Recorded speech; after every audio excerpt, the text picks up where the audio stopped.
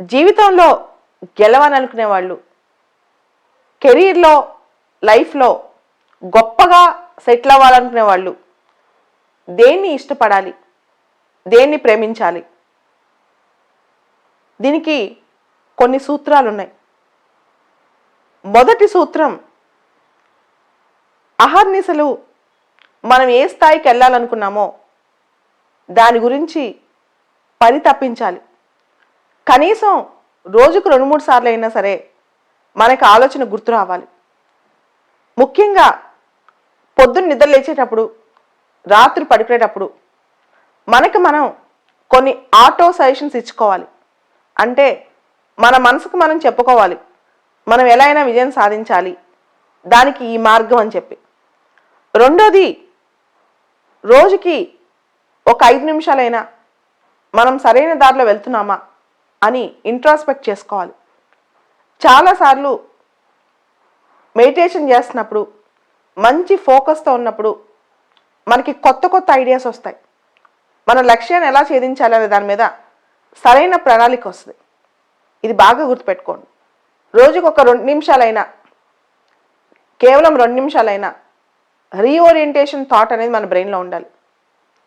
మూడోది, ఈ రోజున పూర్తిగా రోజంతా సరిగా ఉపయోగించుకున్నామా, ఎక్కడన్నా దానిలో తేడా వచ్చిందా, ఈ ఉపయోగించుకునే దానిలో మన కోసం మనం ఎంత టైం కేటాయించుకున్నాం, మన లక్ష్యం కోసం దానిలో ఎంత టైం పెట్టాం, ఇది కూడా చూసుకోవాలి.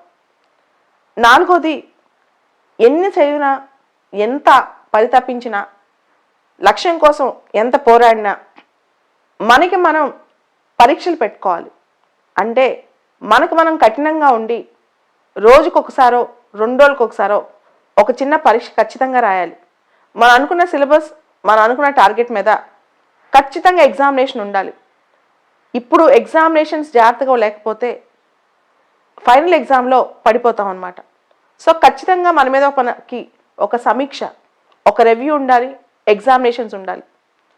ప్రతిరోజు నిరంతర విద్యార్థి అయి ఉండాలి. గాంధీ గారు ఒక మాట అంటారు, learn as if you are going to live forever, live as if you are going to die tomorrow.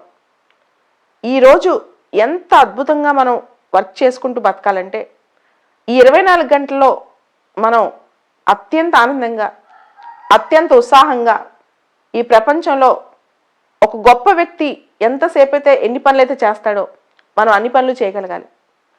So ఇవన్నీ సూత్రాలు పాటిస్తే, ఇవన్నిటితో పాటు ఎప్పుడు కూడా ఓవర్ యాంగ్జైటీ, లేకపోతే డిప్రెషన్, లేకపోతే అందరూ పక్క వాళ్ళు ఇలా చేసేస్తున్నారు మనం చేయలేకపోతున్నాం, ఈ కంపారిజన్స్ పక్కన పెట్టి ఈ రోజుని మనం 100% మనం ఏం చేస్తున్నాం, మనం దాన్ని ఎలా వాడుకుంటున్నాం, మన మీద మనం దృష్టి పెట్టి మనల్ని మనం ఒక రీఇంజనీరింగ్ చేసుకుంటే, మనల్ని మనం ట్యూనప్ చేసుకుంటే, మన ఆలోచనని మనం పర్ఫెక్ట్గా ఉంచుకుంటే మనమే గొప్ప విజేతలు అవుతాం.